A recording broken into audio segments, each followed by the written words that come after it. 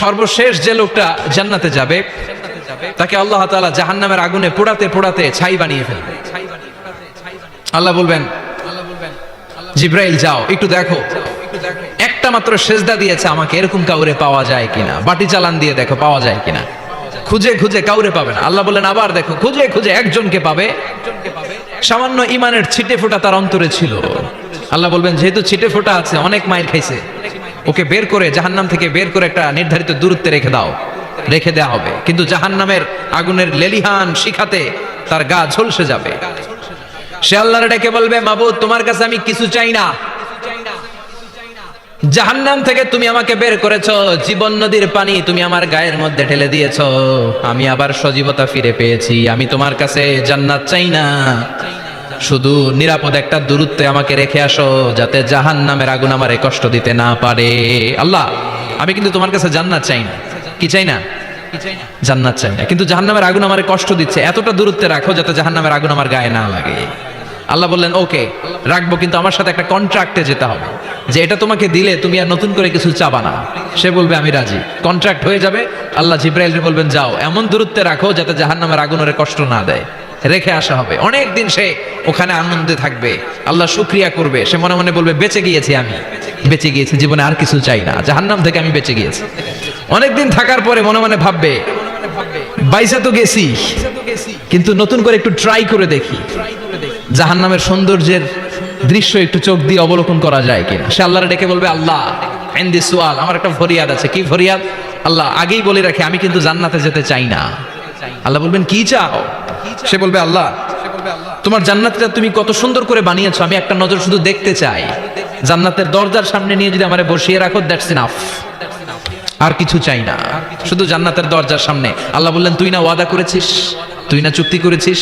সে বলবে আল্লাহ আমারে হতভাগা বানাইয়া তোমার কি লাভ? সুবহানাল্লাহ পড়েন, আমারে তুমি হতভাগা বানিও না। আল্লাহ বলে ঠিক আছে, আবার সিগনেচার কর যে জান্নাতের দরজার সামনে বসিয়ে দিলে আর কিছু চাবি না। সে সিগনেচার করে বলে আমি চাবো না। আল্লাহ বললেন জিব্রাইল বেচারারে ধরে জান্নাতের গেটের সামনে বসায় দে, এবার জান্নাতের গেটের সামনে বসে বসে জান্নাতের সৌন্দর্য দেখা শুরু করবে। সুবহানাল্লাহ, এমন সৌন্দর্য যেটা চোখ দিয়ে কেউ দেখে নাই, কান দিয়ে শুনে নাই, ওই সৌন্দর্য চোখে দেখে, কান দিয়ে আওয়াজ শুনে, মাগার ভোগ করতে পারে না, অন্তরে জ্বালা আছে না নাই? এয়ার কন্ডিশনের রুমে ঢুকতে না পারলেও, এয়ার কন্ডিশনের রুমের দরজার বাইরে দাঁড়ালো, এয়ার কন্ডিশনের রুমের একটা ঠান্ডা বাতাস গায়ে লাগে না? কথা বলেন তো। ও যখন জান্নাতের দরজার সামনে দাঁড়াবে, ওর গায়ে এরকম জান্নাতের ঠান্ডা বাতাসের হিমেল ছোঁয়া গাটাকে শীতল করে দিবে। ওই শীতল হয়ে যাওয়ার পরে আর তো সহ্য হবে না, আবার আল্লাহরে ডাকবে, মনে মনে ভাববে আর একটু ট্রাই করি না, দোষ কি, আস্তে আস্তে অনেক দূর তো আগাইছি। সুবহানাল্লাহ কইবেন না? এবার আল্লাহরে বলবে আল্লাহ ইনদি সুআল, আল্লাহ তুমি যদি কোনো বিষয়ে নতুন করে ডিসিশন নাও, তোমারে জিজ্ঞেস করার মতো কি কেউ আছে? আল্লাহ বলে না, আমি তো সব রাজার বড় রাজা, মহারাজা, আমার উপরে তো কারো কথা চলে না। ওই হতভাগা লোকটা বলবে আল্লাহ এত সুন্দর জান্নাত তুমি বানালাম, চোখ দিয়ে সৌন্দর্য দেখি, কান দিয়ে আওয়াজগুলো শুনি, হুর আর গেলমান হেঁটে বেড়ায়, এত সুন্দর জান্নাত চোখ দিয়ে দেখি, ঢুকতে পারি না, আমারে কষ্ট দিয়ে তোমার কি লাভ? ও আল্লাহ আমারে তুমি মাফ করে দাও, জান্নাতের চিপার মধ্যে এক কর্নারে তুমি একটু আমারে জায়গা করে দাও। আল্লাহ বলবেন ওয়াই হাক ইবনা আদম, তোর ধ্বংস হোক হে আদম জাত, মা আগদারাকা, তোর চেয়ে বড় গাদ্দার আমি আমার সৃষ্টিকুলে কাউরে দেখি নাই, কারণ তুই আমার সাথে চুক্তি করিস আর চুক্তি ভঙ্গ করিস। আল্লাহর রহমতের দরিয়ায় তখন জোশ খেলে যাবে, ওর আকুতি মিনতি চাহনি আল্লাহর রহমতের দরিয়ার মধ্যে জোশ লাগিয়ে দিবে, আল্লাহর দয়া হয়ে যাবে, মায়া হয়ে যাবে। আল্লাহ বলবেন ঠিক আছে জান্নাতে যা। লোকটা এবার এক দৌড়ে জান্নাতের ভিতরে ঢুকে যাবে। লোকটার দৌড় দেখে আবার লোকটারে আল্লাহ ডেকে বলবে একটু দাঁড়া, একটু দাঁড়া, জান্নাত তো দিছি, তো দৌড় দিলি কেন? সুবহানাল্লাহ কইবেন না? লোকটি বলবে আল্লাহ প্ল্যান তো আমি কম করি নাই, এত চেষ্টার ফলে আমি আসতে পারছি, আবার যদি তুমি বাইর করে দাও, এই জন্য এক দৌড়ে এমন চিপার মধ্যে লুকামো যাতে তুমি আমার না দেখো। আবার আল্লাহর রহমতের দরিয়ায় জোশ খেলে যাবে। আল্লাহ কাছে ডাকবে, কাছে আয়, ও গোলাম তোর কি মনে চায় আমারে বল, আজকে তুই চাইতে থাক, আমি দিতে দিতে তোর মনের সব আশা পূরণ করে দেব।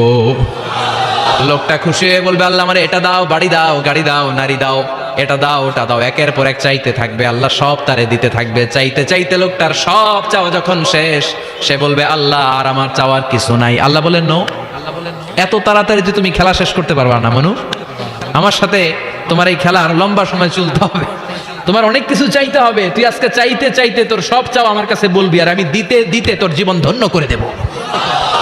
সে আবার চাইতে শুরু করবে, আল্লাহ এটা দাও ওটা দাও ওটা দাও, আল্লাহ দিতে দিতে সব দিবে। এরপরে বলবে আল্লাহ মাফও চাই দোয়াও চাই, আর চাওয়ার কিছু নাই। আল্লাহ বলবেন তাই ঠিক আছে, তোরে আমি জান্নাতে ঢুকাই দিলাম, তবে মনে রাখিস তোর জান্নাতটা হবে সবচেয়ে ছোট জান্নাত, আর তোর জান্নাতটা হবে এই পৃথিবীর 10 গুণ। চিল্লায় এখন সুবহানাল্লাহ। বুখারীর বর্ণনা, আখিরু মান দাখালাল জান্নাহ, যে লোকটা সর্বশেষ অনেক মাইর খাইয়া রিমান্ডে থাকার পরে জান্নাতে ঢুকবে, তার জান্নাতটা যদি পৃথিবীর 10 গুণ হয়, তাহলে আমাদের সবাইরে ফেরদাউসে ঢুকাতে আল্লাহর কোনো সমস্যা আছে? চিল্লায় বলেন সমস্যা আছে? এজন্য আমরা আল্লাহর কাছে কোন জান্নাত চাই? কথা বলেন। রব্বুল আলামিন বলেন, ওয়াসিকাল্লাযীনা ইত্তাকাউ রাব্বাহুম ইলাল জান্নাতি যুমারা হাত্তা ইযা জাউহা ওয়া ফুতিহাত আবওয়াবুহা ওয়া ক্বালা লাহুম খাজানাতুহা সালামুন আলাইকুম তিবতুম ফাদখুলুহা খালিদিন। সুবহানাল্লাহ পড়েন। আমরা এবার জান্নাতে ঢুকবো। সব জান্নাতীদেরকে নিয়ে আল্লাহ তাআলা বলবেন, ও ফেরেশতারা আমার জান্নাতীদেরকে তোমরা ওয়েল রিসেপশন দিয়ে, রেড কার্পেট রিসেপশন, লাল গালিচার সংবর্ধনা দিয়ে জান্নাতে নিয়ে যাও। ফেরেশতারা পেছন থেকে আল্লাহকে যারা ভয় করে জান্নাতের উপযুক্ত হয়েছে সবাইকে নিয়ে জান্নাতে ছুটবে। ও মিয়া, কোন প্রোগ্রামে যদি মন্ত্রী আসে, মেম্বার অফ দ্য পার্লামেন্ট আসে, কিংবা প্রধানমন্ত্রী আসে, ওনার শুভাগমন উপলক্ষে আমরা অনেকগুলো ওয়েলকামিং রিসেপশন গেট বানাই না? কথা বলেন। সুজানগরের মধ্যে বানায় টানায় না? আজকের মাহফিলের তো কয়েকটা গেট দেখলাম আমি, বানাই না আমরা? Welcoming reception gate.